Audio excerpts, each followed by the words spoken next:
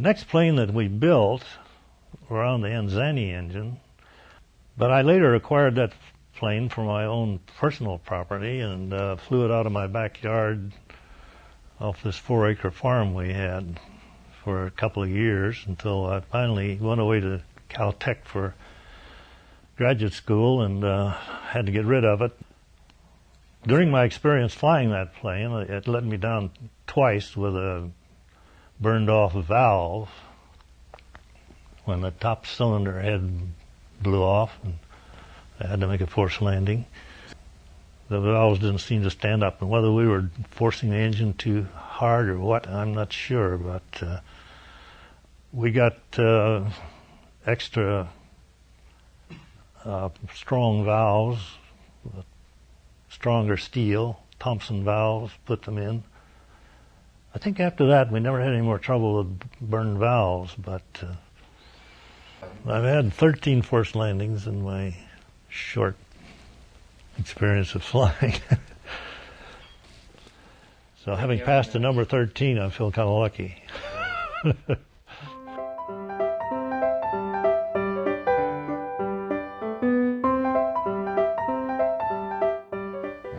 Very first ride I had with Vance Blair, the engine quit. Yeah, for real. And we landed at Charlie Bernard's. And I'll never forget the chill that went over me. And I looked at him, and he didn't seem perturbed, you know. In those days, anything you could get up and down was a success. One time, I blew the porcelain out of a top plug, and I remember it was at dark. And when it happened, the fire just would shoot right straight out of the number 1 cylinder on top. And the engine dropped RPM, as I remember, wide open, it'd do 2150 RPM, and I'd cruise at about 18 and drop down to about 15 or 1600 RPM. And at that speed, I'd lose about a couple hundred feet a minute. And I recall making a run for Beaverton and making a turn in about 150 with about 150 feet altitude to get lined up with the runway. That's all the altitude I had left to come in and land. Just barely made it. I didn't want to land out in one of the other fields and walk, but I just barely made it.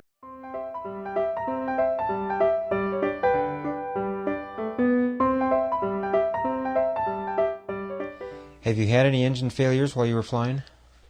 Well, I was flying an Aeronca C3 one day, and one cylinder head blew a hole in it, and one cylinder doesn't do very good. No. It was just a flaw in the casting. I think it was an early Aeronca engine which had Warner cylinders and heads on it. The early style Warner with the open rocker. And it blew a hole in, and I could see a little flame coming around. It started to run rough, and I looked out and I could see a little flame working its way around the head. So I knew I'd blown a hole in the cylinder head, but I wasn't about to turn it off till I was sure I could make a field. As long as I had something working, I wasn't going to shut it down. I didn't have any problem. Got back into the airport. What were some of the other failures that you had experienced? Oh, broken oil line on a Kinner. And I spotted that just as I just happened to look out over the side and saw oil on the wing and looked at the oil pressure gauge just as it hit bottom, so I shut it down. I was high enough over Portland I got into Swan Island all right. And I had a failure on takeoff on a Aeronca engine that froze up at Bernard's, and I had to set it down.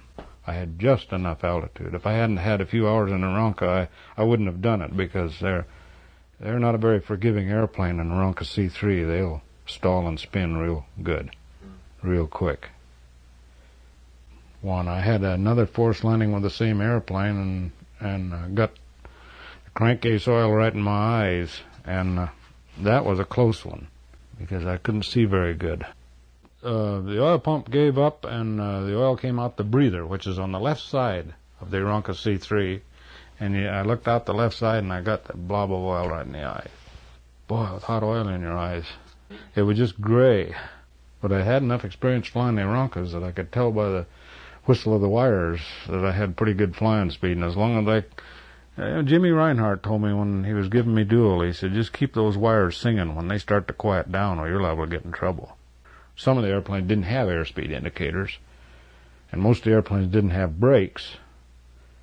So you learn to fly by the seat of your pants.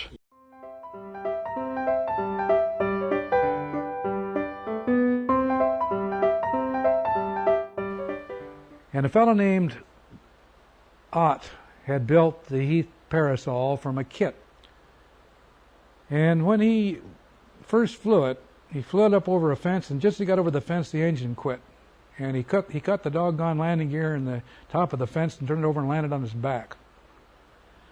And his wife had just presented him with a child. The child was only a few months old, and considering the incident, his wife prevailed upon him to sell the airplane. So he rebuilt it, did a beautiful job of rebuilding it, and I heard about it. And here I went over and bought an almost brand new Heath Parasol engine with a airplane with a new engine and everything in it for $175. The Henderson airplane engine was basically a motorcycle engine. It was a four-cylinder inline, air-cooled engine that had a habit of quitting at critical times, particularly on takeoff. This is why I happened to buy the airplane so cheap. And I found out, much to my terror, why I got the airplane so cheap. It seemed that, particularly on warm days, I'd just about get up on the north end of the field, which was right over Charlie Bernard's barn, which was right at the end of the runway, and the thing would start to miss, which is rather disconcerting because the thing didn't have any margin. If you lost the fire on one cylinder, why, you weren't gaining any altitude. And so after a couple of those flights in which I did a lot of praying and a lot of flying, I just set the airplane down by the skin of my teeth. I went to Walt Rupert, who knew something about magnetos, and I said, Walt, this damned engine is going to kill me one of these days if we don't find out why it's quitting. So he took the mag in, and after some exhaustive tests, found out that the varnish that had been put on the mag had been put on there during World War I. That the magneto was a World War I surplus magneto from a World War I aircraft.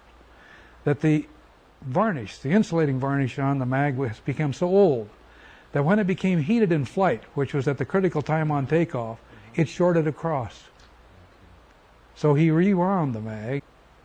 Walt was one of those geniuses that could do anything. You turn any problem over to Walt, he could solve it. Anyway, I put the new mag on, and the Heath really did pretty well.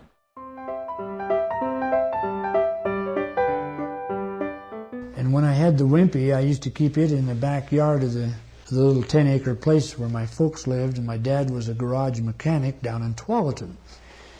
I used to adjust the carburetor on the Aeronca engine by going out there at night. Then I'd run the engine and adjust it by the color of the flame out of the exhaust.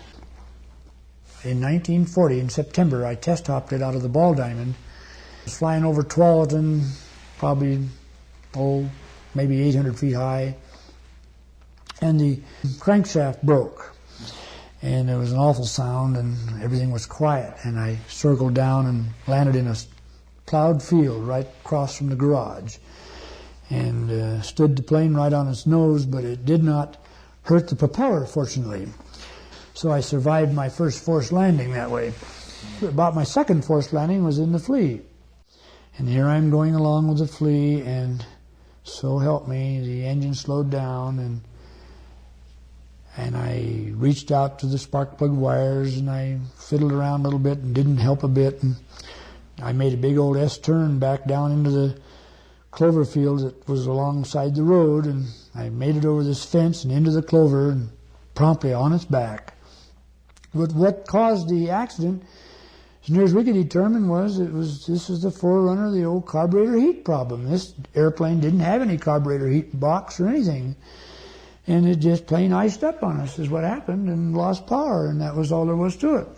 And actually, in fact, we put it on a trailer, and by Jove, we were able to go down the road and clear into Tualatin with it.